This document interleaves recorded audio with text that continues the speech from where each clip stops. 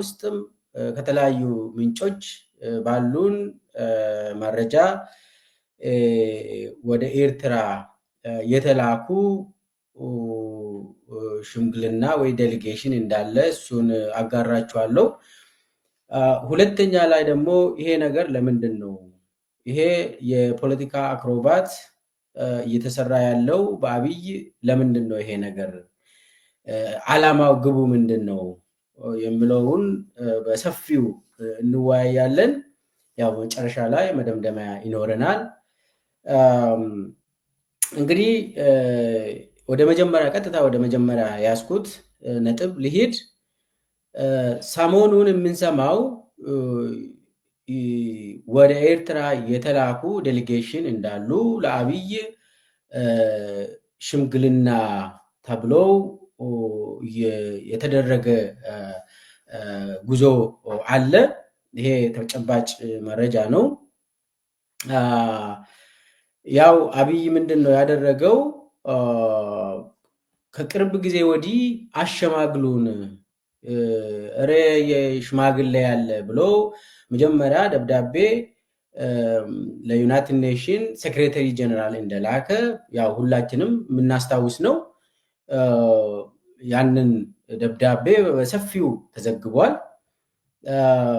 ዩናይትድ ኔሽን የተባበሩ መንግስታት ዋና ጸሐፊው ደግሞ የአብይን አቤቱታ ምንም ዝግባ የተባለ እንትን አልሰጠም፣ ሬኮግኒሽን እንኳን አልተሰጠም። እና ለምን የአብይ ማንነት ስለሚታወቅ ውሸታም ስለሆነ የዓለም መሪዎች ለአብይ ቦታ አይሰጡም፣ ውሸታም ስለሆነ። ስለዚህ በተባበሩት መንግስታት ምንም አላገኘም። ከዛ ቀጥሎ ለአውሮፓ ህብረት አሸማግሉኝ ከኤርትራ ጋር ብሎ ደብዳቤ ልኮ ሰዎችን ልኮ ምንም መልስ አላገኘም። ከዛም ለፈረንሳይ በግል ሄዶ ኧረ እባካችሁ አሸማግሉኝ ከኤርትራ ጋር ብሎ በጣም ለምኖ አልተሳካለትም። ለአሜሪካ መንግስትም እንደው ከኤርትራ ጋር ንግግር ፈልጋለሁ አሸማግሉኝ ብሎ በውስጥ በኩል በጣም ጥረት አድርጎ ነበር። አሁን ሰሞኑን ደግሞ በኬንያ በኩል ሽምግልና ልኳል። በኬንያ በኩል በዊሊያም ሩቶ አሁኑ የኬንያ ፕሬዝዳንት በኩል እዛ ሩቶን አግኝቶ እንደው እባክህን ቅበረኝ ብሎ በኬንያ በኩል ሽምግልና ለኤርትራ ልኳል። አብይ ከናይሮቢ ዴሊጌሽን ወደ አስመራ ተልኮ ንግግሮች ተጀምሯል። እንግዲህ ሩቶ ተቀብሎ ይህንን የአብይን አቤቱታ ተቀብሎ ሰዎችን መድበው ቲም መድበው የዴሊጌሽን የኔጎሽዬሽን ቲም በአስመራ እና ናይሮቢ ከዛ አዲስ አበባ የሚመላለሱ ሰዎች ተመድበዋል። ይህ እንግዲህ የአብይ አቤቱታን ተቀብሎ በኬንያ በኩል አሸማግሉኝ እንደው ከኤርትራ ጋር ንግግር ጀምራለሁ ብሎ አብይ ይህንን ነገር ጀምሯል።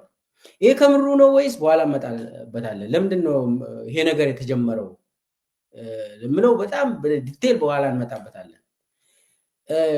እንግዲህ ይሄ በኤርትራ በኩልም ምላሾች እንደተሰጡ ለዴሊጌሽኑ ናይሮቢ ከኬንያ የተላከ ዴሊጌሽን አስመራ እንደደረሰ ከዛም የአስመራ መንግስት ደግሞ ምላሽ እንደሰጡ ያንንም መረጃ ይዘናል። ኤርትራ በበኩሉ ፕሪኮንዲሽኖችን አስቀምጧል። አብይ ሽምግልናን ከኤርትራ ጋር ሰላም ፈልጋለሁ ብለው ንግግር ከምሩ ከሆነ ኤርትራውያን ጥያቄ ፕሪኮንዲሽን አስቀምጠዋል። አብይ ከምሩ እንዳልሆነ ያው ማንም ሰው ስለሚገባ ስለሚረዳ ፕሪኮንዲሽን አስቀምጠዋል። 1 2 3 ፕሪኮንዲሽኖችን እንዳስቀመጡ ከዲፕሎማቲክ ምንጮች ነው ያገኘው።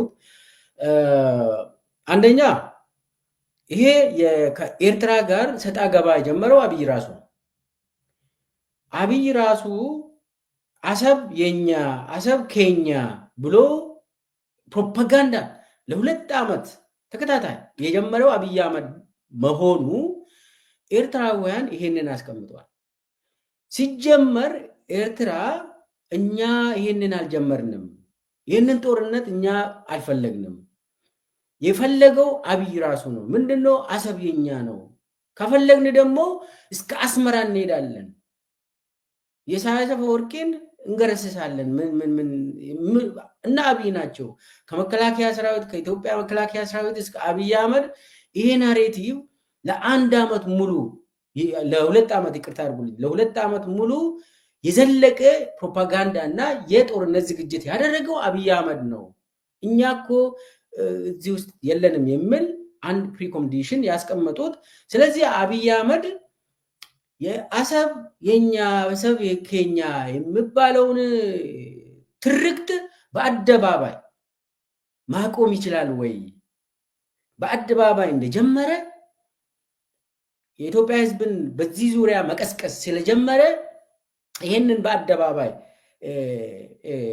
ማቆም ይችላል ወይ አብይ ብሎ ጠይቋል። ይሄንን በአደባባይ ወጥተው እኛ አሰብ የኛ አሰብ ከኛ አላልንም፣ አሰብ የኤርትራ ነው ብለው እኛም ከዚህ በኋላ ፕሮፓጋንዳ አናደርግም፣ ጦርነት ከኤርትራ ጋርም አንገጥምም ብሎ በአደባባይ መጀመሪያ መናገር ይችላል ወይ?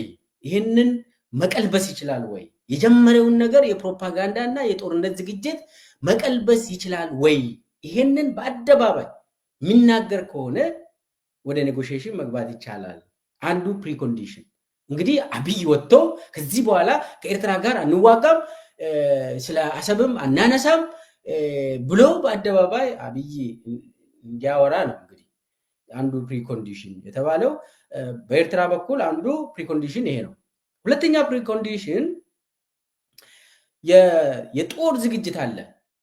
ኤርትራን ለመውረር አብይ በአፋር በኩል የተለያዩ ኃይሎችን አዘጋጅቶ ንቅናቄ ጀምሯል። ከኤርትራ የተወጣጡ ኃይሎችም በአብይ የሚደገፉ ኃይል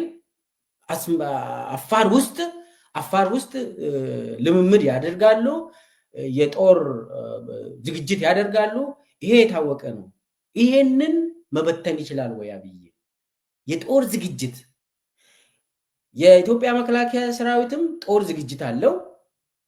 እስከ አሰብ እንሄዳለን 20 ኪሎ ሜትር 60 ኪሎ ሜትር የሚባለው ነገር ከዛ የኤርትራ ህዝብ እኮ 3 ሚሊዮን ነች፣ እኛ ደግሞ ይሄን አይልንን። ስለዚህ በህዝብ ላይ ያነጣጠረ የጦር ዝግጅት አብይ ማቆም ይችላል ወይ? አንዱ እሱ ነው። ሌላው ፕሪኮንዲሽን ትግራይን መውረር የሚፈልግ ከሆነ አብይ ትግራይን ከወረረ ለእኛም እንደሚመጣ ስለምናቅ የትግራይን አለመውረር ማረጋገጥ ይችላል ወይ አብይ ብለው በጣም ይሄ እንግዲህ ከባድ ጥያቄ ነው። አሁን ከኤርትራ ፕሪኮንዲሽን ተብሎ የተቀመጠው አብይ ትግራይን የሚወር ከሆነ ቀጣዩ እኛ መሆናችንን እንረዳለን። ስለዚህ አብይ ትግራይን መውረር አይችልም። ከወረረ እንግዲህ ከኛ ጋር ሰላም ፈጥሮ ትግራይን መውረር ከባድ ነው። ቀጣዩ ጦርነት የኛ መሆኑን ስለምንረዳ ያንን አለመውረሩን ማረጋገጥ ይችላል ወይ ነው። ከዛ ምንድነው የሚነሳው? አይ ትግራይ እኮ የውስጥ ጉዳይ ነው፣ የዶሜስቲክ ኢሹ ነው፣ የኢትዮጵያውያን ጉዳይ ነው እንጂ ኤርትራ ወደ ትግራይ ውስጥ መግባት የለባትም፣ የትግራይ ፖለቲካ የኢትዮጵያ ጉዳይ ነው ምናምን የሚባል በአብይ በኩል ይነሳል። ምንድነው አሁን ትግራይ የውስጥ ፖለቲካ ነው የሚባል ነገር በዚህ ሰዓት የለም። ኦልሬዲ ትግራይ ላይ ጄኖሳይድ ታውጆ ትግራይ ከምድር ገጽ እንድትጠፋ ለማድረግ ተሞክሯል። ነገር ግን የትግራይ ህዝብ በራሳቸው ጥረት ቀርቷል። እግዚአብሔርም ረድቷቸው ቀርቷል። አሁን አብይ ምንድነው ያደረገ ያለው? ኤርትራን ለመያዝ እየሞከረ ነው ማለት ነው በዚህ ሂደት። ስለዚህ አሁን ኤርትራ በበኩሉ የተለያዩ ፕሪኮንዲሽኖችን አስቀምጧል። እነኚህ ፕሪኮንዲሽኖች ደግሞ ለአብይ የሚከብዱ ናቸው።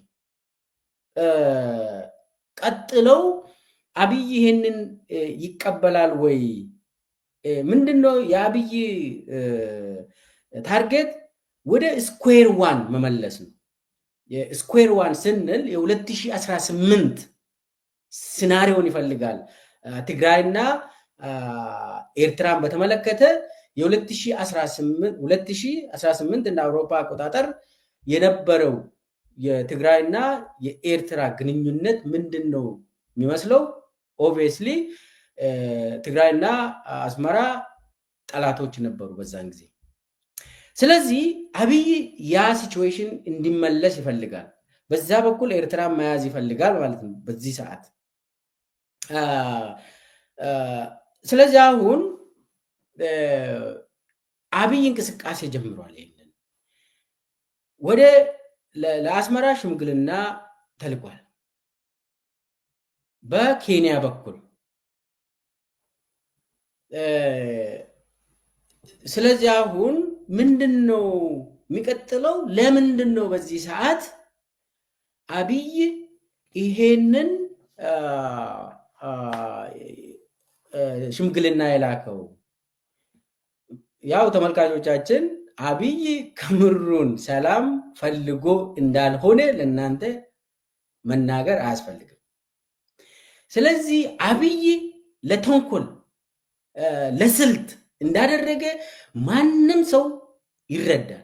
ኢትዮጵያ ውስጥ ለተወሰነ ጊዜ የቆየ ሰው የአብይን ማንነት ያውቃል። ስለዚህ አሁን ለምንድን ነው አብይ የፖለቲካ አክሮባት የሚመስል ነገር ለመስራት የሚሞክረው? ከኤርትራ ጋር ሽምግልና ምናምን ብሎ የሚጀምረው አብይ ለምንድን ነው ብለን መጠየቅ አለብን። ያው ለሰላም እንዳልሆነ ይታወቃል፣ ለክፉ እንደሆነ ይታወቃል። ምንድን ነው ያ ክፉ? እሱን በደንብ መረዳት ያስፈልጋል። አንደኛ በብልጽግና ውስጥ ያገኘ ነው። ብልጽግና የውስጥ ግምገማ አድርጓል። የውስጥ ግምገማ ስንል ውስጡ የመከላከያ ቁመና፣ የመከላከያ ሰራዊት ቁመና ምን ይመስላል፣ የመስተዳደር የሲቪል አስተዳደር ቁመናስ ምን ይመስላል የሚለውን ግምገማ አድርገው የብልጽግና መንግስት በጣም የሞተ መሆኑን ራሱ አብይ አህመድ ገምግሟል። ራሱ የአብይ አህመድ መዋቅር ገምግሞ ጉልበት የለንም በዚህ ሰዓት ከኤርትራ ጋር ለመዋጋት ምንም አይነት ዝግጁት እንደሌለን ብለው ራሳቸው የገመገቡት የውስጥ ግምገማ አለ። ነገር ግን ዩኤኢ ጋር እንግዲህ የአሰብ ፕሮጀክት የዩኤኢ ነው እንጂ አብይ የሚባል የኢትዮጵያ ፕሮጀክት የሚባል ነገር የለውም። አብይ ተላላኪ ነው፣ የዩኤኢ ተላላኪ ነው። ዩኤኢ ነው ኢትዮጵያ ላይ የሾመችው፣ የዩኤኢ አስፈጻሚ ነው አብይ አህመድ። ስለዚህ ለዩኤኢ ሲያስረዱ የነበረው ዝግጁ ነን፣ ሁሉም ነገር አለን፣ ብቻን ዩኤኢ ድሮንና ተወሰኑ መሳሪያዎችን አስገቢልን ብሎ ዩኤኢ ተወሰኑ ገንዘብም ሲጠይቁ ነበር።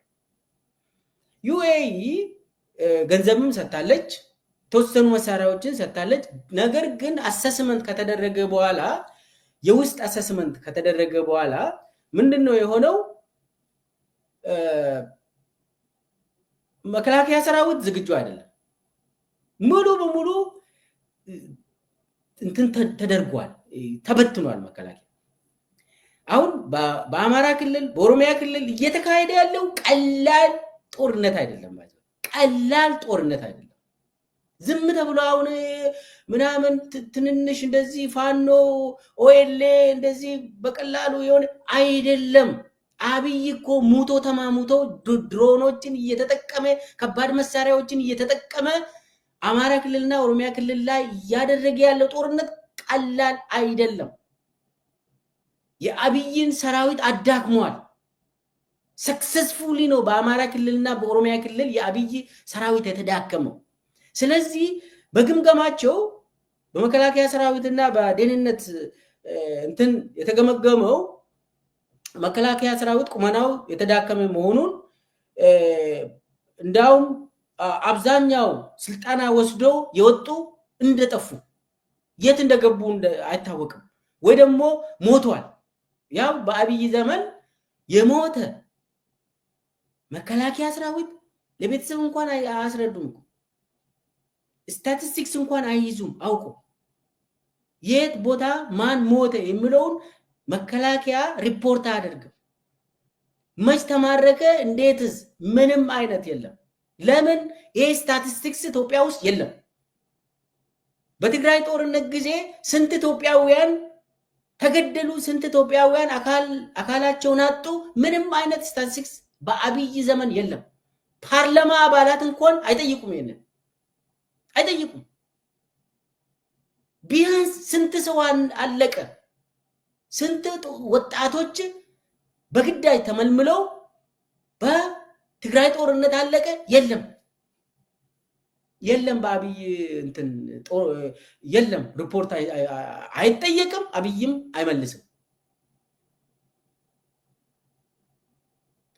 ስለዚህ አሁን የስልጠና ወስደው ከተለያዩ ስልጠና ማዕከል ተመርቆ ስምሪት የወሰዱ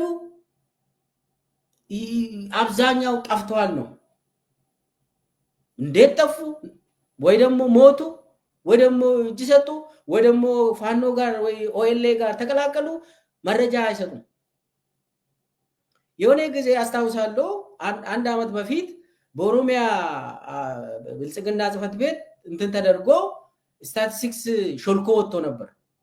አብዛኛው የኦሮሚያ ፖሊስ የጠፋ ኦኤልኤን እንደተቀላቀለ የሚያሳይ ስታቲስቲክስ ወጥቶ ነበር። አሁን የመከላከያ ሰራዊት ስልጠና የወሰደው እንደጠፉ ኢትዮ ፎረምም ዘግቧል። ሌላው ደግሞ የመሳሪያ መጥፋት፣ መሳሪያ እየጠፋ ነው፣ በገፍ እየጠፋ ነው በመከላከያ ሰራዊት። ይሄ ዩኤኢም ደርሳለች እንትኑ መረጃ እንዲህ አይነት የውስጥ የአብይ ውሸቶች ላይ ደርሳለች እና ኢትዮ ፎረምም የዘገበው 40 ሚሊዮን የሚሆን ጥይቶች እንደጠፉ 40 ሚሊዮን ጥይት እንደጠፋ እንግዲህ ለዩኤኢ ስሉ የነበረ ዝግጁ ነን፣ በቃ ሰብ በቃ እንወስዳለን፣ አይዞሽ ዩኤኢ ብለው ቃል ገብቶላት ነበር። በኋላ ከግምገማ በኋላ መሳሪያም የለም፣ የሰው ኃይልም የለም። ሌላ ደግሞ ድሮን ራሱ ዋጋ እንዳጣ የጸረ ድሮን እንደፈለጋችሁ ታገኛላችሁ አሁን እና በኤርትራ በኩልም በተለያዩ ኃይሎች አካባቢን ጸረ ድሮን እየገዙ ነው። ስለዚህ አብይ አንዱ የቺ ድሮን ጉዳይ ነች። ድሮን ደግሞ ጸረ ድሮን ወደ ኢትዮጵያም እየገባ ስለሆነ አብይ በጣም ተስፋ ቆርጧል። ተስፋ እየቆረጠ ነው እና ከዛ በተጨማሪ ደግሞ ያው ኤርትራም የአብይን ዛቻና የመከላከያ ሰራዊት ዛቻን ስለፈሩ ዝግጅት አድርጓል። ምንም እነሱም አይክዱም። ይሄን ሀገር ስለሆኑ ይዘጋጃሉ። ተወሰኑ የተለያዩ ሀገሮችም እርዳታ ያገኛሉ። በተለይ ደግሞ የጦር መሳሪያ እርዳታ ያገኛሉ። ከሳውዲም ይሁን ከሌላ እንትን ያገኛሉ። ያንን የውስጥ ግምገማ ካደረገ በኋላ አብይ የጠላት ብሎ ደግሞ ግምገማ ካደረገ ይሄ ነገር በጣም ደካማ ነን፣ እዚህ ውስጥ መግባት የለብንም ብሎ አብይ የተወሰነ ጊዜ እንደሚፈልግ የተወሰነ ጊዜ መግዛት እንደሚፈልግ ስለገባው ይሄ ሽምግልና ምናምን ነገር ጀመረ። አንዱ እንግዲህ የውስጥ ግምገማ ተከትሎ ነው ይሄ ሽምግልና የሚባል የመጣ የውሸት ሽምግልና ወይ ደግሞ የውሸት ኔጎሽዬሽን የሚባለው። አብይ የራሱን አቅም ካወቀ በኋላ ነው ይህንን እዚህ ደረጃ ላይ የደረሰው። ሌላው ዋናው ደግሞ ለምንድን ነው ከኤርትራ ጋር መነጋገር እፈልጋለሁ ብሎ አብይ ይህንን ስልት ያመጣው? እሱ ምንድን ነው ከፋፍሎ የመውረር ስልት ነው፣ የጦርነት ስልት ነው። ይሄ አብይ ከኤርትራ ጋር መነጋገር እፈልጋለሁ ብሎ በአፍ እንኳን ካወራ የጦርነት ስልት ነው። ምንድን ነው ይሄ? እንዴት የጦርነት ስልት ይሆናል? የሰላም ስልት አይደለም ወይ ብላችሁ መጠየቅ ትችላላችሁ። ኖ ኖ ኖ ኖ ኖ ኖ ይሄ ከኤርትራ ጋር መነጋገር እፈልጋለሁ ብሎ አብይ ከተወሰኑ አገሮች ጋርም ሲያወራ ነበር። አሁን ደግሞ በቀጥታ በኬንያ በኩል ይሄንን ያስጀመረው ስትራቴጂ ነው፣ የጦርነት ስትራቴጂ ነው፣ የጦርነት ስልት። ዋነኛው ስልት ይሄ ነው፣ ሰው መረዳት ያለበት ይሄንን ሙሉ በሙሉ ይሄ የጦርነት ስትራቴጂ መሆኑን አንድ ባል ሄድበታል። የጦርነት አሁን ይሄ ከኤርትራ ጋር አብይ መነጋገር ይፈልጋል ፕሮፓጋንዳው የጦርነት ስልት ነው። ከተሳካለትም የጦርነት ስልክ ነው፣ የጦርነት ስልት ነው። ይቅርታ፣ እንዴት ለምለው ጥያቄ ወደኋላ መለስ ብለን የአብይ ስትራቴጂን እናጥና። መጀመሪያ አብይ ልክ ወደ ስልጣን እንደመጣ ምንድን ነው ያደረገ? አብይ ቀጥታ አስመራ ነው የገባ። አስመራ ሄደ። አስመራ ሄዶ ከአስመራ ጋር ሰላም ፈጠርን ተባለ። ኖቤል ሽልማት ሁሉ በዓለም አቀፍ ማህበረሰብ አገኘ። ያ ምንድን ነው የሆነ? ያ የጦርነት ስልት መሆኑን ነው እያወራው ያለው። አብይ ከአስመራ ጋር ጦርነት ተፈራረም፣ ሰላም የሰላም እንትን ተፈራረምን ያለው የጦርነት ስልት ነው። ምንድን ነው? አስመራን ይዞ ትግራይን መውረር፣ አስመራን ይዞ ኦኔግ ከአስመራ እንዲባረር ማድረግ፣ አስመራን ይዞ ኦኤንኤልኤፍ የኦጋዴን ነፃ አውጪ ግንባር ከአስመራ እንዲባረር፣ አስመራን ይዞ ምንም አይነት ተቃዋሚ ፓርቲ በአስመራ ላይ እንዳይደራጅ ለማድረግ ከአስመራ ጋር ታረቀ። የጦርነት ስልት ነው። ስለዚህ አስመራዎች ጥሩ ሰው አገኘን ብሎ ይሁን ብቻ ኦኔግንም ከዛ አባረሩ። ዝም ብሎ ይሄ ኦኔግ እዛ እንዳይኖር ተገፍቶ ነው የገባ። በነገራችን ላይ ተገፍቶ በአስመራ ተገፍቶ በአብይ ታንቆ ግባ በቃ ብሎ ቃል ተገብቶለት ኦኔግ ወደ ኢትዮጵያ እንዲገባ ተደረገ። የግንቦት ሰባት ግርግር እንኳን ግንቦት ሰባት ብርሃኑ ነጋ አሁንም የአብይ አካል ስለሆነ እሱ ላይ ምንም ማውራት አያስፈልግም። ሌሎቹ አስመራ የነበሩ ጸረ ኢትዮጵያ መንግስት የሆኑ ኃይሎች ሙሉ በሙሉ ከአስመራ እንዲጸዱ ተደረገ። ከዛ ቃል የተገባላቸው ምንም አይነት የተፈጸመ ነገር የለም። ያው የኦሮሞ ነፃነት ሰራዊት የተገባለት ቃል ስለተካደ መጀመሪያ ደረጃ ላይ ክደት ስለተፈጸመበት ወደ ጫካ ተመለሰ ወዲያው ነው። ስለዚህ የሆነው ቀጥሎ ምንድን ነው የሆነው? ትግራይ መውረር ነው። አስመራን የያዘ አብይ አህመድ አስመራን የያዘ ትግራይን ወረረ። የጦርነት ስልት ነበር ያ።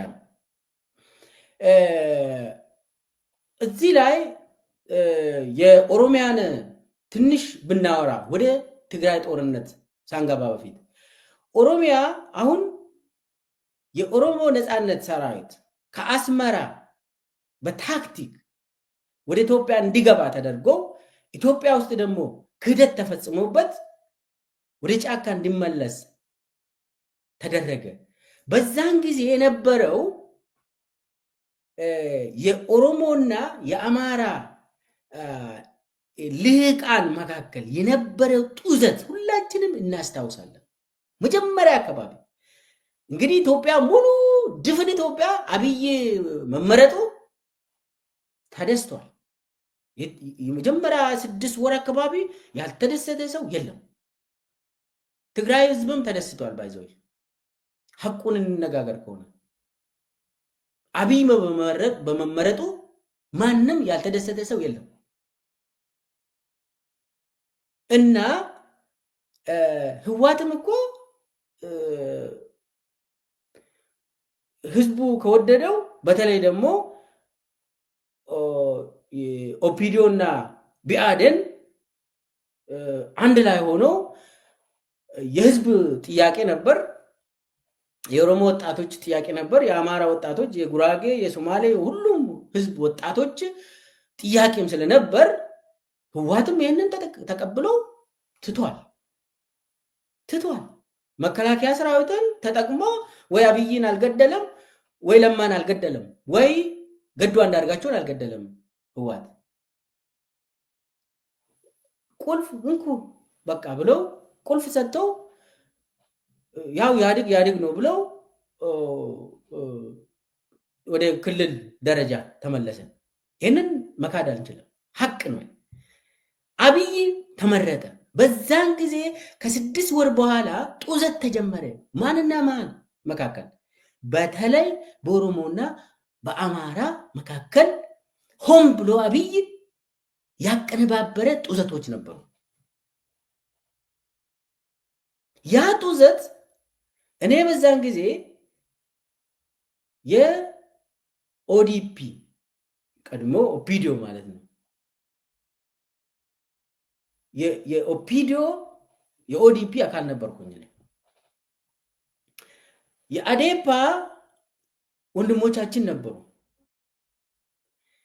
አብይ ምንድን ነው የሚያደርገው? በዛን ጊዜ ኦዲፒ አመራርና አዴፓ አመራሩ እንድንጠዛጠዝ ስልጠና ይሰጡናል። አብይ እኮ አዴፓና ኦዲፒን አንድ ላይ ነው የሚሰበስበው እኮ ለየብቻ እንኳን አይሰበስብም። ሲሰበስበን ደግሞ በኦዲፒ በኩል ምን አይነት ጥያቄዎች መነሳት እንዳለባቸው እንትን ያደርጋል። በአዴፓ በኩልም ተቃራኒ ነገሮች እንድነሱ ይደረግና አንድ ላይ ሰብስቦን እንድንጠዛጠዝ ያደርጋል። እዛ ውስጥ ነበርኩ። የአዴፓ ወንድሞቻችን መናገር ይችላሉ። ያ ነገር ወደ ውጭ ወጥቶ በማህበረሰብ በእሊቱ በምሁራን ውስጥም ስር እንዲሰድ ተደረገ። ከዛ ምንድነው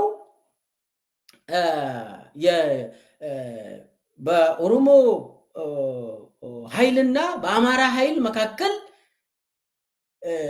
ግጭት ተፈጠረ። ያንን ግጭት አብይ ሆን ብሎ ስፖንሰር አድርጎ ከዛ በኋላ ምንድነው ጦርነት ሙሉ በሙሉ ኦሮሚያ ላይ ታወጀ። ስለዚህ ከማን ጋር ነው የምታወራ? የለም። ኦሮሚያ ላይ ጦርነት ታወጀ። ሸኔ ምናምን ተብሎ ጠባብ ምናምን ይሄ ሁሉ ይሄ በቃ ብልጽግናን ኦሮሚያ ብልጽግናን አልተቀበለም። ከጅምሩ አብይን ተቃወመ። ኦኤልኤ ደግሞ ጫካ ገብቷል። ያ ሁሉ አንድ ላይ ሆኖ መጀመሪያ የኦሮሞ ኃይልና የአማራ ኃይል እንዲጋጭ ሆን ተብሎ ተደረገ። ይህንን በጣም ስለማያውቅ ነው እኔ ማወራ። አጋጭቶ ኦሮሚያ ላይ ጦርነት ጀመረ አብይ። ከዛ በኋላ ያው አሁን ኢዜማ ብቻ ነው ከብልጽግና ጋር የቀረ ምንም አይነት የአማራ ኃይል ከአብይ ጋር ያለ የለም። አሁን ምንም አይነት ለምን አማራ ህዝብ እየተጨፈጨፈ ከአብይ ጋር የሚሰራ ማንም ህሊና ያለው አማራ ልሂቃን የለም። ሴላውት ካልሆነ በስተቀር ሆዱን ለመሙላት ህዝቡን የሸጠ ካልሆነ ማንም አማራ ኃይል ከአብይ ጋር የሚሰራ በዚህ ሰዓት የለም። ተላላኪ አሻንጉሊት ካልሆነ በስተቀር አሁን ላይ አማራን እንደ ጠላት ተፈርጆ በየቀኑ ሲጨፈጭፉ ምንም እንዳልተከሰተ የሚያይ አንድም የአማራ ኃይል የለም ሴላውት ካልሆነ በስተቀር። ግን መጀመሪያ አካባቢ የነበረውን ነው አሁን ለያይቶ ኦሮሚያን መታ። አንድ በሉልኝ የጦርነት ስልት መሆኑ። ሁለተኛ ለያይቶ መውረር የትግራይ እንግዲህ ትግራይ ህዝብና የኤርትራ ህዝብ ኦልሬዲ ምንም እንዳይገናኙ ተደረገ። አብይ ከአስመራ ጋር አንድ ሆነ። በሰሜን በኩል ይሄ ነው። በደቡብ በኩል ደግሞ በአማራ በኩል መንገድ ሁሉ እንዲዘጋ ተደረገ። ለትግራይ የሚደርስ እህል እንኳን እንዳይኖር ተደረገ። ይህንን እኮ በቢአዴንና በኦህዴድ ስብሰባ ላይ ማስራብ አለብን ተብሎ አብይ ሲወስን ይህንን አውቃለሁ። ትግራይ ህዝብን ማስራብ እንደ ፖሊሲ ተወስኖ መንገድ እንዲዘጋ ወደ ትግራይ የሚገባ መንገድ በአፋር በኩልም በአማራ ክልል በኩልም እንዲዘጋ አብይ ያደረገው ህዝብን የማስራብ የጦርነት ስልት ይሄ ተደረገ። የጦርነት ዝግጅት አንድ በአንድ መሄድ ይችላሉ፣ ማንሳት ይችላሉ። ትግራይ እንደሚወረር ይታወቃል። ስለዚህ እህል ያላገኘው ትግራይ ህዝብ ምንም አይነት ነዳጅ እንዳይገባ ቀስ ተብሎ ከፌዴሬሽኑ እንዲባረር ተደረገ። ከኢትዮጵያ ፌዴራል መዋቅር በአገር ደረጃ ምንም አይነት ውክልና እንዳያገኝ ተደረገ። የተመረጠ ሰው ወደ ፓርላማ እንዳይገባ፣ ወደ ፌዴሬሽን ምክር ቤት እንዳይገባ፣ የትግራይ ህዝብ እህል እንኳን እንዳያገኝ ሙሉ በሙሉ ህገ መንግስቱን በመጣስ ትግራይ ላይ ጦርነት ተጀመረ። ስለዚህ ኤርትራን ጋብዘው ትግራይን ወረረ አብይ። ከጅምሩ የለያይቶ ከፋፍሎ መውረር ስትራቴጂ ነው። አንደኛ አማራንና ትግራይ ህዝብን አለያየ። ከዛ ቀደም ብሎ ደግሞ ከአስመራ ጋር የተደረገ ስምምነት የሰላም ተብሎ የሚታወቀው የጦርነት ስምምነት እንደሆነ ልንረዳ ይገባል። ከዛ ትግራይ ተወረረች። ከአስመራ ጋር ንግግር አብይ ከሄደ ትግራይን ለመውረር እንደሆነ ይታወቃል። የመጀመሪያ ዙርም ያው ነው፣ የአሁንም ዙር ያው ነው። ምንም የተለየ ነገር ውጤት የለም። የአሁኑ ለየት የምለው እንግዲህ የአማራ ኃይል ትግራይን ይወራል ብዬ አልገምትም። በዚህ ሰዓት ከአብይ ጋር ሆኖ የትግራይ ህዝብን ይወራል ብዬ አልገምትም። እሱ ነገር የሞተ ጉዳይ ነው። ስለዚህ አሁን አብይ ምንድን ነው እያደረገ ያለው? የአማራ ኃይልን ካጣው ችግር የለውም፣ አስመራን ብቻ አሁን በሆነ ነገር አዘግቼ ሞክራለሁ ነው። የጦርነት ስልት ነው ያሁነው። ሌላው ከዛ መልስ ደግሞ ምንድን ነው የሆነው?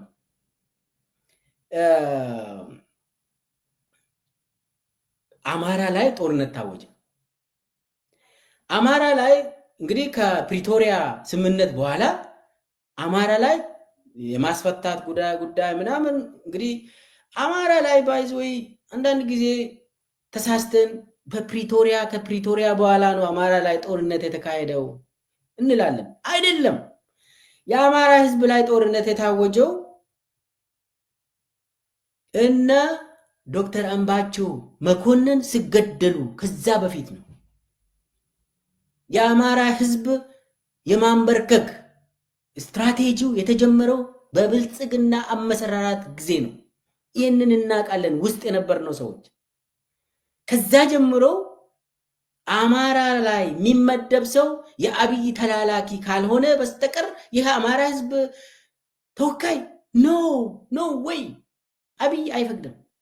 የአማራ ህዝብ ተወካይ ነኝ የሚል ሰው አማራ ላይ አይቆይም፣ ይገደላል። አብይ ይገላል፣ ያስገድላል። ስለዚህ ከፕሪቶሪያ ስምምነት በፊት ነው አማራ ላይ ጦርነት የታወጀው። መለስ ብለን እናጥና፣ አንደርስታንድ ለማድረግ እንሞክር። ነገር ግን ያው ከፕሪቶሪያ ስምምነት በኋላ ሙሉ ጦርነት ነው የታወጀው አማራ ህዝብ ላይ።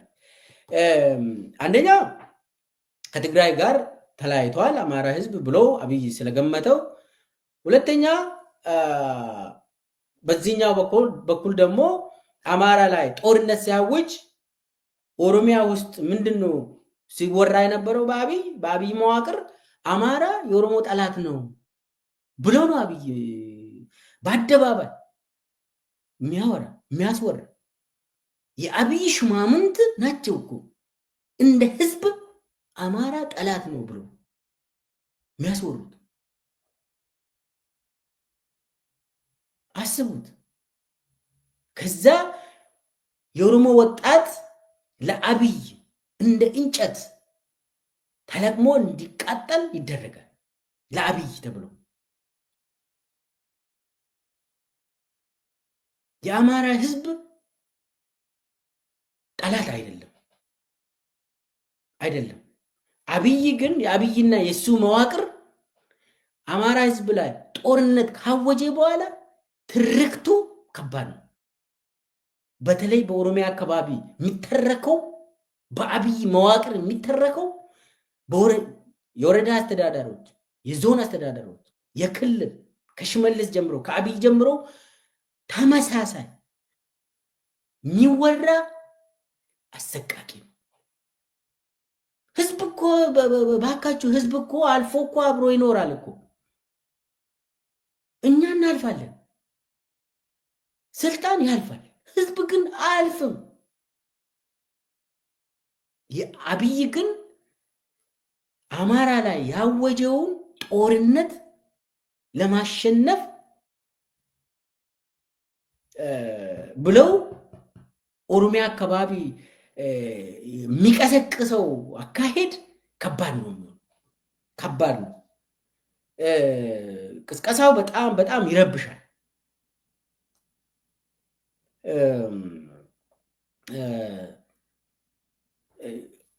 አሁን ኦሮሚያ ውስጥ ከዛ በኋላ ምንድን ነው የተደረገው? ሊትራሊ ሰውን በማረድ አብይ አማራ አረደ ብለው በቪዲዮ አሰርቷል። አይተናል። ማን ጠየቀ? እንዴት ሆነ ይሄ ነገር? ለምንስ ሆነ ብሎ ሰው ጠይቋል? አልጠየቀም ሰው። ለምንድን ነው ይሄ የሆነው? በሰላሌ ሆኗል፣ በጉጂ ሆኗል፣ በወለጋ ሆኗል። የሰው ልጅ በስመ አብ ተብሎ በአብይ ሰራዊት ተደርጎ በራሱ በአብይ ፋኖዎች አብይ ያደራጀ ፋኖ አለ። ፋኖ ብሎ ይጠራል አብይ። በነሱ በኩል ሌላው ደግሞ በመከላከያ በኩልም ይህ ሁሉ አሰቃቂ ነገር ተደርጎ አማራ አደረገ ይላል። ምን ለማድረግ? ሰውን ቀስቅሶ አማራ ህዝብን ለመውረር ከፋፍሎ መስበር፣ መቅበር፣ መውረር። ይሄ ነው የአብይ ስራ። እንግዲህ አማራም በዚህ ደረጃ ተወረረ። አሁንም ጦርነቱ አማራ ህዝብ ላይ እየተካሄደ ያለው ህፃን፣ ሴቶች አስገድዶ መድፈር፣ በድሮም መደብደብ፣ አባቶችን ከቤተ ክርስቲያን አውጥተው የምንሰማው አሰቃቂ ነው። ስለዚህ አማራም በዚሁ ለያይቶ የመውረር ስልት ውስጥ ገብቶ አማራ ህዝብ ሰቆቃ ተናግሮ አያልቅም። አንዱ ይሄ ነው። ሌላው ደግሞ ልክ የትግራይ ጦርነት ካለቀ በኋላ ምንድን ነው የሆነው? ኤርትራን መውረር አለብን ብለው ፕሮፖዛል አቀረቡና አብይ ለማ ለህዋት ለቲዲኤፍ ኤርትራን መውረር አለብን ብሎ ለትግራይ ይሄ ፕሮፖዛል ሲቀርብ የትግራይ ኃይሎች እምቢ አሉ። እኛ ሰላም ነው የምንፈልገው፣ ኤርትራን መውረር ውስጥ አንገባም። ኤርትራ የኛ ሰዎችን ገለዋል። አዎ ኤርትራ ሰራዊት ትግራይ ላይ የጦር ወንጀል ፈጽሟል። አዎ ነገር ግን በዚህ ሰዓት እኛ ኤርትራን መውረር አንፈልግም፣ ሰላም እንፈልጋለን፣ ፕሪቶሪያ ሙሉ በሙሉ ስራ ላይ ይውል የሚል አቋም ያዙ። የትግራይ ኃይል እምቢ ያሉ ማለት ነው የአብይን ፕሮፖዛል። አብይ እንግዲህ ከፋፍሎ የመውረር ጉዳይ ፕሪቶሪያ ራሱ የከፋፍሎ መውረር ስትራቴጂ ነው፣ ስልት ነው እያልኩ ነው። ፕሪቶሪያ ትግራይን የማዳከም ኤርትራን የመውረር አማራንም መውረር ስልት አለው በውስጡ። እንግዲህ ከትግራይ ኃይሎች እሺ ብሎ ትግራይ ኤርትራን መውረር አለብን ብሎ የተቀበሉ ፕሮፖዛሉን ያጸደቁ ሰዎች እነ ጻድቃን እነ ጌታቸው ረዳ ወደ አብይ ካምፕ ገቡ። ስምረት ምናምን የሚባል እንትን ፈጠሩ። ወታደራዊ ምናምን አፋር ውስጥ ጀመሩ በአብይ ስፖንሰርሺፕ እና በአፋር ውስጥ የተለያዩ ኃይሎች ስልጠና ጀመረ ማለት ነው። ስለዚህ አሁን ኤርትራን የመውረር እቅድ ነበረው ማለት ነው። የፕሪቶሪያ ስምምነት አንዱ ይሄ ነው። ሌላው ደግሞ በጣም ወሳኝ የሆነ ሰሞኑን ፋኖ ኦኤልኤ እና ቲዲኤፍ ሱዳን ውስጥ ተገናኝቶ እንትን ንግግር ጀመሩ የሚባል ዜና ሲሰራ የብልጽግና ቤት ውስጥ ረብሻ ነበር። ይህንን እኔም አውቃለሁ። ኤርትራውያን በተገኙበት ቦታ ህዋት፣ ፋኖ፣ ኦኤልኤ ንግግር ጀመሩ በሱዳን እንትን ውስጥ ተብሎ ዜና ሲሰራ ብልጽግና ተበረበሸ። ረብሻ ነበር በውስጡ። ምንድነው ከዛ በኋላ የሆነው? ይሄ ዝም ብለን የምናይ ነገር አይደለም። ቶሎ በፍጥነት ይሄንን እየተሰባሰበ ያለውን ጸረ ብልጽግና ኃይል መበተን አለብን የሚባል ስትራቴጂ ተነደፈ። አሁን ወደ ኤርትራ የተላከው ሽምግልና የዚህ ስትራቴጂ ዋነኛው አካል ነው። አሁን ፋኖ ኦኤልኤ እና ቲዲኤፍ ኢትዮጵያውያን ናቸው፣ መነጋገር አለባቸው። ምንም ጥርጥር የለም። ዘገየ እኮ ነው ሰው እኮ ያለ ምንድነው? እነኚህ ኃይሎች ለምንድነው እስካሁን ራሱ ሳይነጋገሩ የቆዩት ነው? አብዛኛው ሰው ይሄንን ነው የሚያወራው። ጤናማ ሰው ዜጎች የትም ቦታ ተገናኝቶ መወያየት አለባቸው። ዘገዩ ነው። በብልጽግና መንደር ግን ረብሻ ነበር፣ ፍርሃት ነበር፣ ስጋት ነበር። ከዛ ምንድነው ያደረጉት? ይህንን ኃይል ለማለያየት በብልጽግና ፕሌይቡክ ኤርትራ ነች አንድ ላይ የምትሰበስበው የሚል ፕሌይቡክ አላቸው። ኢትዮጵያውያን ግን የትም ቦታ ተገናኝቶ መነጋገር ይችላሉ።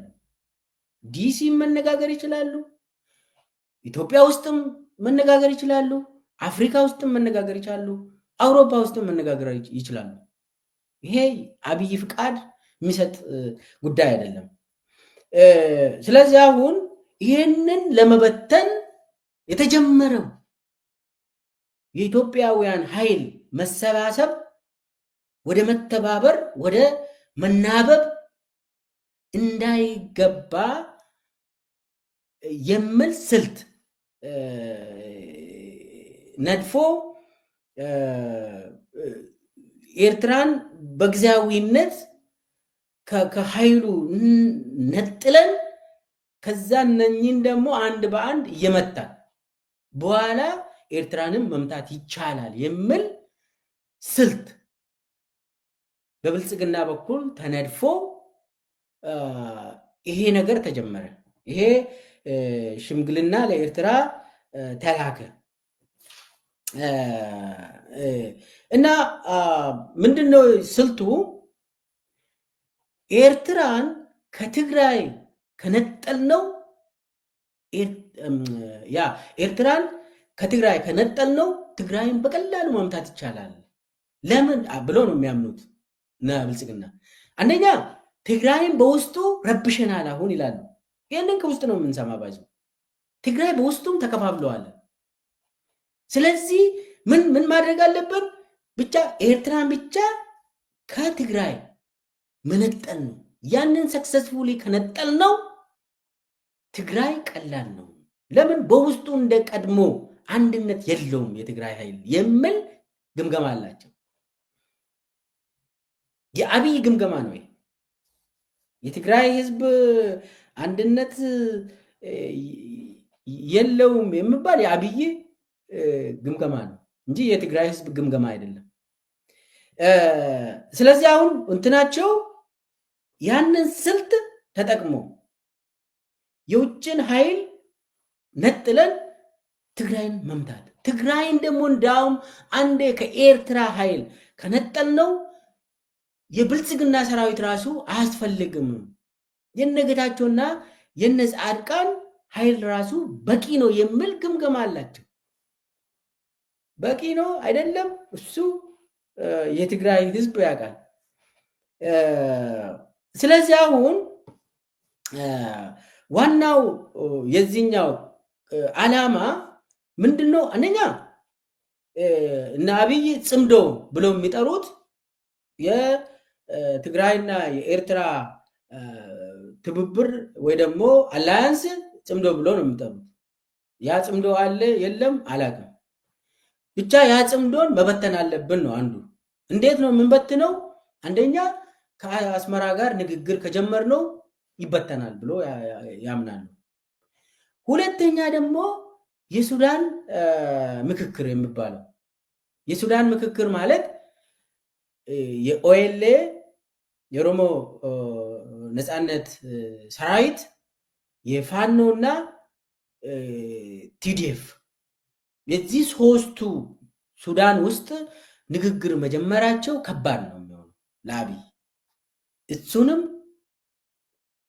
መምታት፣ እሱን ለያይተን መምታት፣ አንድ ላይ ከሆኑ በጣም ከባድ ነው የሚሆነው የሚል ግምገማ አላቸው።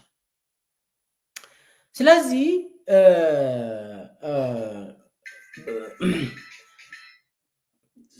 አሁን ምንድነው አብይ የሚፈልገው?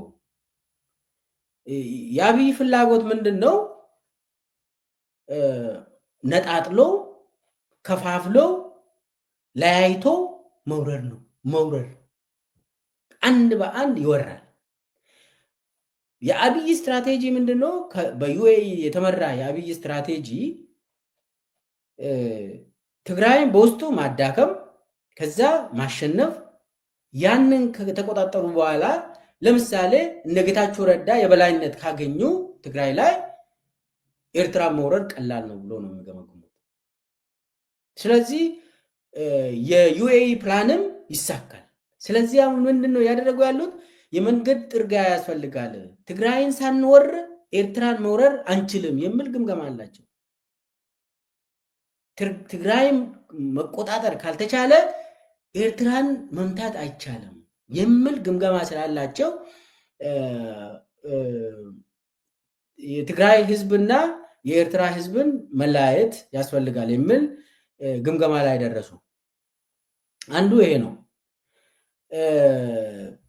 ዞሮ ዞሮ ምንድን ነው አንድም የኢትዮጵያ መንግስት የትኛውም ይሁን ከአብይ በኋላም የሚመጣ የኢትዮጵያ መንግስት ከኤርትራ ጋር መስራት ከፈለገ የትግራይ ህዝብ በጣም ምሰሶ ነው የሚሆነው። የትግራይ ህዝብን ይዞ ነው ከኤርትራ ህዝብ ጋር መወያየት የሚቻለው። ትግራይ ህዝብን ከውስጡ አውጥተ አዲስ አበባና አስመራ አብሮ መስራት ውሸት ነው የሚሆነው። መጀመሪያ የትግራይ ህዝብና የኤርትራ ህዝብ ነው አንድ ላይ መስራት መጀመሪያ አለባቸው። ህዝብ ለህዝብ ነው የሚያስፈልገው። ስለዚህ አሁን አካሄዱ ጊዜው ያለፈበት በጣም የተነቃበት ስትራቴጂ ነው፣ የአብይ ስትራቴጂ ለማለት ነው። አሁን ፕሪቶሪያ ራሱ የፕሪቶሪያ ስምምነት ራሱ አንደኛ ኤርትራውያን አልተካፈሉም፣ ፋኖ አልተካፈለም። ስለዚህ ፕሪቶሪያ ከጅምሩ የጦርነት ስልት እንደሆነ ይታወቃል። የአብይ ጦርነት ስልት እንደሆነ ይታወቃል፣ እንደሚወድቅም ይታወቃል።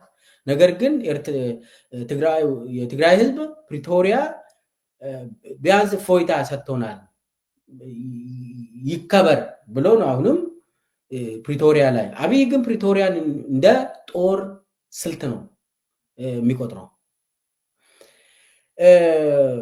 ስለዚህ ታንዛኒያ ለምሳሌ አሁን የኦኤልኤ ታንዛኒያ ንግግር ምንድን ነው የምንማረው? ከዛስ ኦኤልኤ ጋር ንግግር እንፈልጋለን ብለው ታንዛኒያ የኦኤልኤ መሪ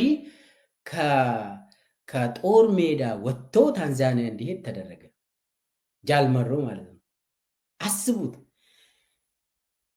የኦኤልኤ ሰላም ፈላጊ እንደሆነ መሪው ዋና መሪው ህይወቱን ሰጥቶ ታንዛኒያ ድረስ ሄደ። የአንድ አማጺ ቡድን መሪ ከጫካ ወጥቶ ለመነጋገር ዓለምን አምነው ታንዛኒያ ሄደ። ከዛ ምንድነው የተደረገ?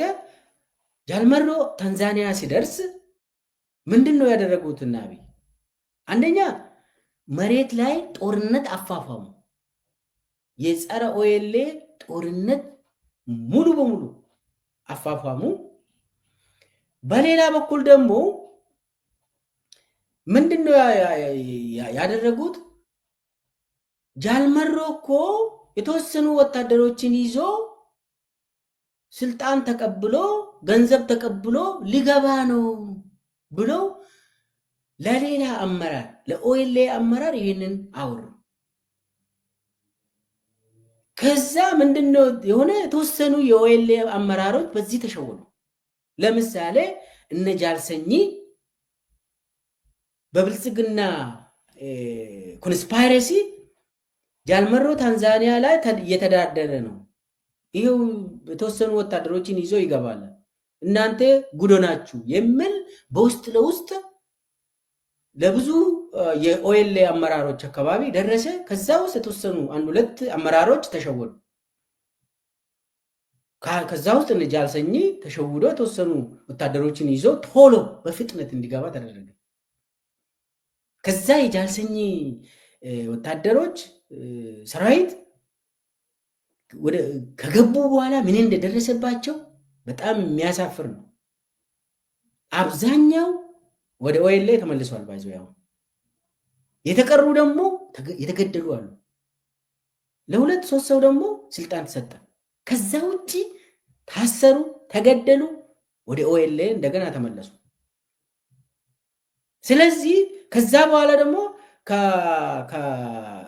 ከጃልመሮ አመራር ውስጥ አንድ ማነው አንድ ብርጌድ የሚመራ የነበረው ጃልሽሩቤ የሚባል እሱንም ብልጽግናዎች ቀስቅሰው ይሄው እኮ ጃልመሮ እኮ ስልጣንና ገንዘብ ወስዶ ሊገባ ነው ብለው በፕሮፓጋንዳ እንትን አድርጎ ጃልሽሩቤ እውነት ነው ብለው ሰተት ብሎ አንድ ሶስት ሰው ይዞ ገባ። ከምዕራብ እዝ ከኦኤልኤ ምዕራብ እዝ ብዙ ሰው ይዞ አልገባም፣ ብቻውን ነው የገባ እና ጃልሽሩቤ አሁን አዲስ አበባ ውስጥ ጸዳ ብሎ የተወሰኑ ቺኮችን ይዞ ይገኛል። እና ምንድነው የሆነው? ጃልሰኝና ጃልሽሩቤን እንደዚህ ካደረጉ በኋላ ጃልመሮ ላይ ደግሞ በጣም ኮንስፓይረሲዎች ተደርጎ ነበር እና ጃልመሮ ግን ምንድነው ያደረጉት? አይ እኛ ለስልጣን ወይ ለገንዘብ ብለን አይደለም ጫካ የገባ ነው። እኛ የኦሮሞ ህዝብ ለሁሉም ኢትዮጵያውያን መፍትሄ ያስፈልጋል። ያ ደግሞ ትክክለኛው ንግግር ነው፣ የፍትህ ንግግር ያስፈልጋል ብሎ አቋም በመያዝ የአብይን የስልጣንና የገንዘብ እንትን ድርድር ዚሮ አድርጎ ወደ ጫካ ተመለሰ።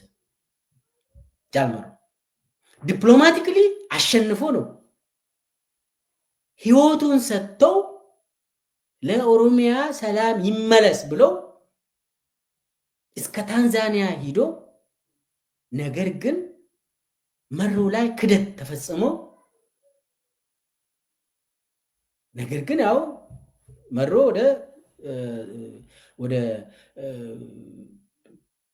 ወደ ጫካ ተመለሰ። ፍትህ እስካልመጣ እስከ መጨረሻ እዋጋለሁ ብሎ ተመለሰ። ቪኤት አልፈልግም፣ ገንዘባችሁን አልፈልግም፣ ስልጣናችሁን አልፈልግም ብሎ ምንፈልገው ፍትህ ነው፣ ነፃነትን ነው፣ ዲሞክራሲን ነው ምንፈልገው ብለው ወደ ጫካ ተመለሰ። ምን ለማለት ነው? ከኦሌ ጋር ታንዛኒያም ንግግር የተጀመረው ምንድነው? ኦኤልኤን ለመበተን ነው።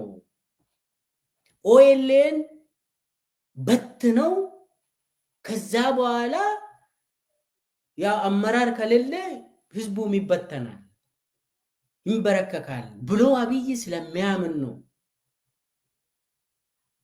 ኦኤልኤ ላይ የታንዛኒያ ድርድር የሚባለው ፌክ የአብይ ፌክ ድርድር ነው። በታንዛኒያ ድርድርም ኦኤልኤ ተጎድተዋል። ነገር ግን ኦኤልኤ ለፍትህ መቆሙን ያረጋግጥበት አጋጣሚ ነው። ለዲሞክራሲ ለእኩልነት የቆመ ድርጅት መሆኑን ለሰላም እውነት ሰላም የሚመጣ ብሎ ነው እዛ ሄደው ታንዛኒያ ሄደው። እንግዲህ አንድ ሰው ለመደራደር ከሄደ እውነትም ለሰላም የቆመ ሰው ነው። ነገር ግን አብይ ለሰላም እንዳልቆመ ለዓለም ያሳወቀበት አጋጣሚ ነበር። ስለዚህ ኦኤልኤ ላይ የደረሰው አንዱን ይዞ ሌላውን መሸወድ፣ በፕሮፓጋንዳ በጦርነት ከፋፍሎ የመምታት ኦኤልኤ ውስጥም ተደርጓል፣ ግን አልተሳካም። ኦኤልኤ እንደ አብይ እንዳሰበው አልሆነም። ዳግም ተጠናክሮ ቀጠለ። እነ ጃልሰኝ የወጡበት ሰፈር አሁን ሌላ ሙሉ በሙሉ በኦኤልኤ ተይዞ ምንም አዲስ ነገር የለም። እንዳውም የመጨረሻ የተጠጉ አሁን አዲስ አበባ አካባቢ ነው ውጊያው የሚካሄደው። ቤጊ ወይ ጉሊሶ ምናምን አካባቢ አይደለም ጦርነት የሚካሄደው። አሁን አዛው አዲስ አበባ ዙሪያ ነው የሚካሄደው። ቀጥሎ አዲስ አበባ ላይ ነው የሚካሄደው። ምንም ግልጽ የሆነ ነገር ነው። እና ይሄንን ያነሳሁት ምንድን ነው፣ ለፋኖም ይሄ ትልቅ መልእክት አለ። ፋኖ በእንትን ተከፋፍለው መደራደር አይችልም። ለብቻው መደራደር አይችልም። ፋኖን መደራደር አብይ ከፈለገ የተቀሩትን የፋኖ መዋቅርን ለመበተን ሲሞክር ነው። ፋኖን ለብቻው አሁን እንደራደር ከተባለ ምን እንደሚደርስበት ከኦኤልኤ መማር ይችላሉ። ከቲዲኤፍም መማር ይቻላል። አሁን አብይ እየሞከረ ያለው ትግራይ ውስጥ እየሞከረ ያለው ነገር አለ እና ለየብቻው ድርድር የሚደረግ ነገር ከባድ ነው የሚሆነው፣ ለአብይ ይሆናል እና አብይውን ከአስመራ ጋር ንግግር ጀምሬያለሁ ብሎ ሲያውጅ ምንድነው የሚጠብቀው? በውስጥ ደግሞ ቲዲኤፍም ከኤርትራ ጋር ማለት ወይ ደግሞ ቲዲኤፍ እና ፋኖ እና ኦኤልኤ እንዲጠራጠሩ ያደርጋል። አንዱን ይዞ አንዱን መምታት፣ አንዱን ከፋፍሎ አንድ በአንድ መምታት። ይሄ ነው አብይ እስከዛሬ ድረስ ስራ ላይ ያዋለ ያለው የአብይ ስልት ይሄ ነው እና ከቻለ አብይ ፋኖን የጎንደሩን ይዞ ወይ ደግሞ የሸዋውን ይዞ ወይ የጎጃሙን ይዞ ሌላውን እንትን ማድረግ መበታተን። አሁን ፋኖ አንድ ላይ ሆኖ በአንድ መዋቅር ውስጥ መሆኑ ለአብይ ራስ ምታት ነው፣ ራስ ምታት ነው። ለምን አንዱን ይዞ አንዱን ላይ ፕሮፓጋንዳ መንዛት ወይ ደግሞ ለያይቶ መውጋት አይችልማ። አንድነት ከተፈጠረ በውስጥም አንድነትን ካልጠበቅ አብይ አደገኛ ነው የሚሆነው። ከሌሎቹ ጋርም እጣ ፋንታ አንድ ነው የሚሆነው። ስለዚህ የኦኤልኤን ያነሳሁት ለሌላው ትምህርት ስለሚሆን ነው። ይሄ ነው እና ወደ መጨረሻ ስንሄድ ምንድነው ይሄ ከዚህ ምንድነው የምንማረው? መፍትሄውስ ምንድነው ብለን ነው መጠየቅ ያለብን። አንደኛ አብይ ይሄ ለኤርትራ የተላከው ሽምግልና ዝም ተብሎ የፖለቲካ አክሮባትም ብቻ አይደለም። የመገለባበጥ ስራ የአብይ ብሄበር ነው፣ የአብይ ባህሪ ነው። ይገለባበጣል። አብይ እንደየ ሁኔታው ተገለባብጦ ስልጣኑን ያተርፋል። አብይ ሁሉንም ነገር ይሆናል። አብይ ኤቭሪቲንግ የመከቬሌ ፕሪንሲፕል ነው። ሁሉንም ነገር እንደ እስስት መምሰል አለብህ ይላል መከቬሌ። ስልጣንን ለመጨበጥ ስልጣንን ላይ ለመቆየት ሲባል ሁሉንም ነገር መሆን አለብህ ይላል። አብይ ሁሉንም ነገር ይሆናል፣ ሁሉንም ነገር ደግሞ ይጠቀማል። አብይ የማይጠቀም ነገር የለም። ለስልጣን ላቺ ቤተመንግስት ብሎ የማይጠቀመው ነገር የለም። ሁሉንም ይጠቀማል ለማለት ነው። ስለዚህ አሁን ሽምግልና ብሎ የጀመረው አንደኛ ማዘንጊያ መሆኑ ማየት መውሰድ አለብን። ሽምግልና ከተባለ አብይ ሌላው ራሱን እንዲዘነጋ አይ ኤርትራ እንደዚህ ከተጀመረ እንደዚህ ነው ብሎ እዚህ ላይ ግልጽ በሆነ እንትን መነጋገር ያለብን። አብይ ሲፈልግ ከኤርትራ ጋር እየተነጋገረ አብይ ሲፈልግ ከኤርትራ ጋር አንድ ሆኖ የትግራይ ህዝብን እየወረረ የኢትዮጵያ ኃይሎች ደግሞ ከኤርትራ ጋር መነጋገር የለባቸውም የሚል አቋም የለኝም። አብይ ጸረ ህዝብ ነው። አብይ አገዛዝ ጸረ ህዝብ፣ ጸረ ፍትህ፣ ጸረ ኢትዮጵያ የሆነ ግለሰብ ከኢትዮጵያ ለመንቀል ሁሉንም ነገር መጠቀም ትችላለህ። ለምን አብይ ራሱ አሳይቷል። ከኤርትራ ጋር ሆኖ ትግራይን ከወረረ የኢትዮጵያ ኃይሎች ደግሞ ኦኤልኤም ይሁን ቲዲኤፍም ይሁን ፋኖም ይሁን ከኤርትራ ጋር ሰሩ ከተባለ አይደንቀኝም። መብታቸው ነው። ለምን ከሰይጣን ጋር አይሰሩም? ምንም አያገባኝም። ለምን ግባቸው ከኢትዮጵያ ላይ ይህንን ሰይጣን ከጫንቃችን ለመገርሰስ ለማንሳት ሲባል መጠቀም የሚችሉትን ነገር ማድረግ ይችላሉ። ይችላል።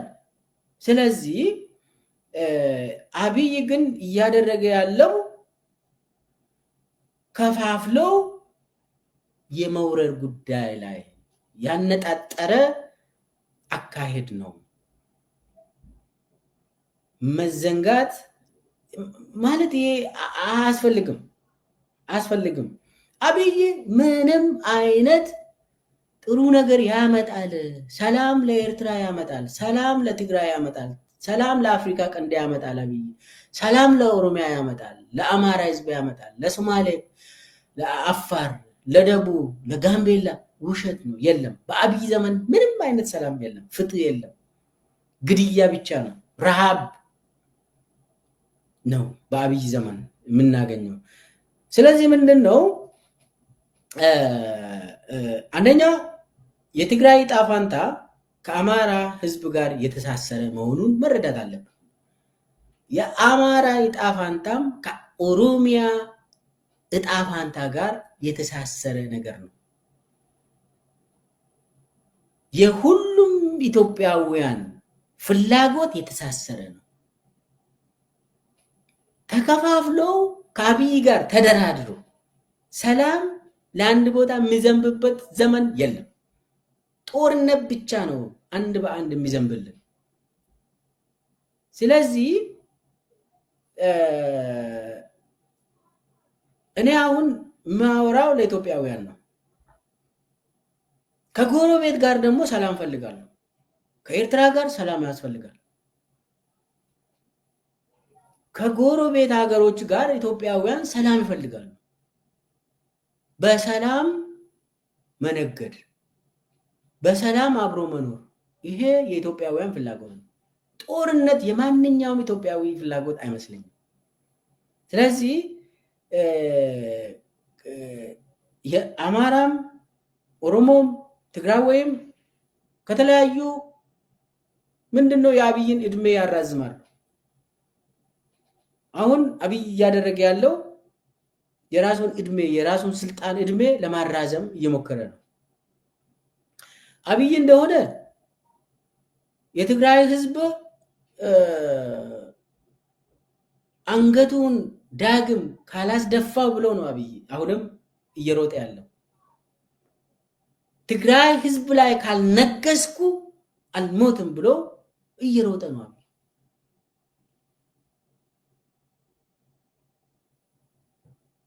ስለዚህ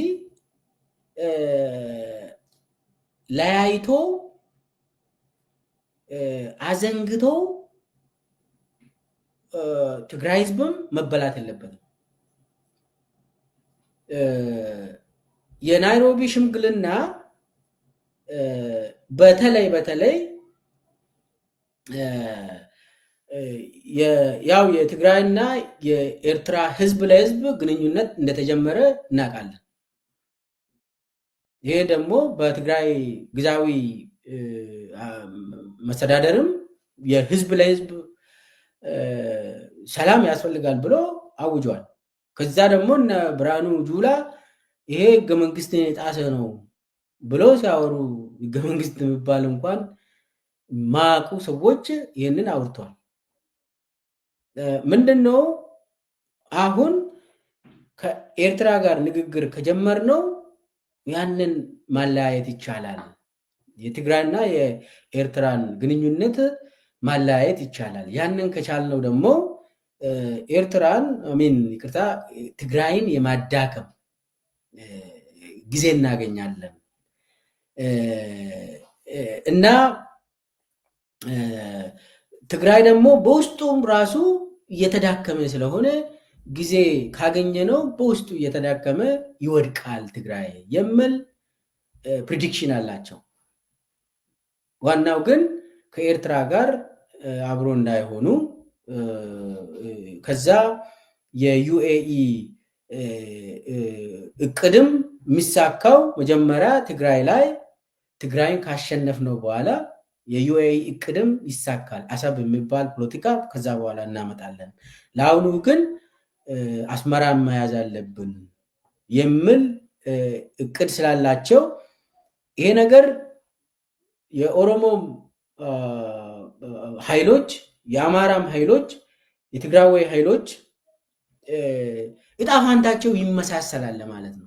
አንድ ላይ ነው መቆም ያለባቸው፣ አንድ ላይ ነው መደራደርም ያለባቸው፣ አንድ ላይ ነው መንቀሳቀስም ያለባቸው፣ አንድ ላይ ነው ማቀድ ያለባቸው። ይህን ይገባናል፣ ግን በግልጽ አብሮ መስራት አለባቸው። ኢትዮጵያውያን አብይን ማስፈቀድ አለብን አብረ ለመስራት። ይህ እኮ ስር የሰደደ ከፋፍሎ የመውረር ስትራቴጂ የነደፈው አብይ አህመድ ነው። ይህንን ካልሰባበር ነው ዝም ብለን የአብይ አገዛዝ እድሜ እያራዘምን ነው የምንሄደው። ነገር ግን በአደባባይ በግልጽ አብረን መስራት ማወጅ ያስፈልጋል። ከዚህ ስርዓት የከፋ ነገር አይመጣም በኢትዮጵያ ምድር ላይ። ለአፍሪካ ቀንድም ከዚህ ከአብይ ስርዓት የከፋ በጥባጭ ስርዓት ለአፍሪካ ቀንድም አይመጣም። እንደዚህ አይነት ለውጭ ሀገር ተላላኪ ተፈጥሮ አያውቅም ኢትዮጵያ ውስጥ። እንደዚህ አይነት ለሌላ አገር ዜጋ ሆኖ ለመስራት ጉድፈቻ የገባ አገዛዝ የለም ኢትዮጵያ ውስጥ። እና የዩኤኢ ተላላኪ የሆነውን ሰው ቶሎ በፍጥነት በአንድነት ነው መገላገል የሚቻለው። ምንድነው? በውስጥ ደግሞ የኢትዮጵያ ሕዝብ እንቅስቃሴ ጀምሯል። የተማሪዎች እንቅስቃሴ እያየን ነው። ይሄ የተማሪዎች እንቅስቃሴ ጥሩ ነገር ያሳያል። ይሄ ከአክሱም እስከ ደብረ ታቦር እስከ ኦሮሚያ በአንድነት ተመሳሳይ ጥያቄ እየተጠየቀ ነው። የፍትህ ጥያቄ እየጠየቀ ነው ሰው ተማሪ። ስለዚህ አብይ እስካለ ድረስ የተማሪዎች ጥያቄ መልስ አያገኝም። የሹፌሮች ጥያቄ መልስ አያገኝም። የኢትዮጵያ ህዝብ ጥያቄ መልስ አያገኝም። የዳቦ ጥያቄ መልስ አያገኝም። የፍትህ ጥያቄ፣ የሰላም ጥያቄ አብይ እስካለ ድረስ ማንም አርሶ አደሩም ሰላም አያገኝም። የከተማ ነዋሪም ዳቦ አያገኝም፣ ፍትህ አያገኝም። አብይ እስካለ ድረስ ተማሪ፣ ሁሉም የማህበረሰቡ አካል የሆነው መንግስት ሰራተኛ፣ መከላከያ አባላት፣ ፖሊሶች ሁሉም ፍትህ አያገኙም። አብይ እስካለ ጦርነት ይቀጥላል። አብይ እስካለ ሌብነት፣ ዝርፊያ ይቀጥላል። አብይ እስካለ ረሃብ ይቀጥላል። አብይ እስካለ ኢፍትሐዊነት፣ ኢንጀስቲስ ይቀጥላል። አብይ እስካለ በሽታ ይቀጥላል። አብይ እስካለ መጥፎ ነገር፣ በኢትዮጵያ ታሪክ አይተን የማናውቀው ነገር፣ ግድያዎች ይቀጥላሉ። የአብይ መንግስት መገለጫዎች ይቀጥላሉ። ስለዚህ የህዝብ ጥያቄ፣ የሃይማኖት ተቋማት ጥያቄ፣ አሁን መጅልሶች ጥያቄ እያነሱ ነው። በአብይ ዘመን መጅልስ ጥያቄ አይመለስም።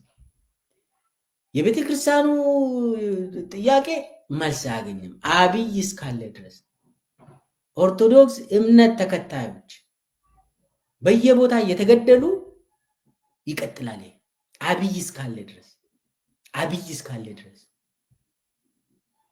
አማራ ይገደላል፣ ኦሮሞ ይገደላል፣ ትግራዊ ይገደላል፣ ሶማሌ እንደዚህ፣ አፋር፣ ቤንሻንጉል ጉሙዝ፣ ጋምቤላ፣ ደቡብ ውስጥ ማንም የሚተርፍ ነገር የለም፣ ሰው የለም አብይ እስካለ ድረስ።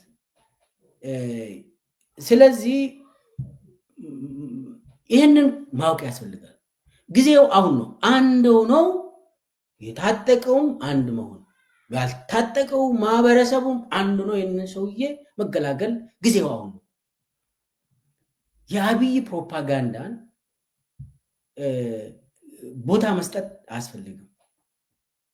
በተለይ ደግሞ የጎንዮሽ የአብይ የጎንዮሽ ግጭቶች ላይ በጣም በጥንቃቄ መጠበቅ አለብን። እሱን ራሳችን መጠበቅ አለብን። የጎንዮሽ በተለይ የአማራና የኦሮሞ፣ የአማራና የትግራዊ፣ የኦሮሞና የሶማሌ፣ የአፋርና የሶማሌ፣ የሲዳማና የወላይታ፣ የጎንዮሽ ግጭቶችን የአብይ አገዛዝ እድሜ ማራዘሚያ ስልቶች ስለሆኑ እሱ ላይ ነክተን ተባብረን አንድ ሆነን ከከተማ እስከ ገጠር ከክልል እስከ ክልል ከዩኒቨርሲቲ እስከ ዩኒቨርሲቲ ከሃይስኩል ጭምር ሁሉም ተባብሮ መንግስት ሰራተኛ ስራ አጡ ተባብሮ ይህንን ሰውዬ በአንድነት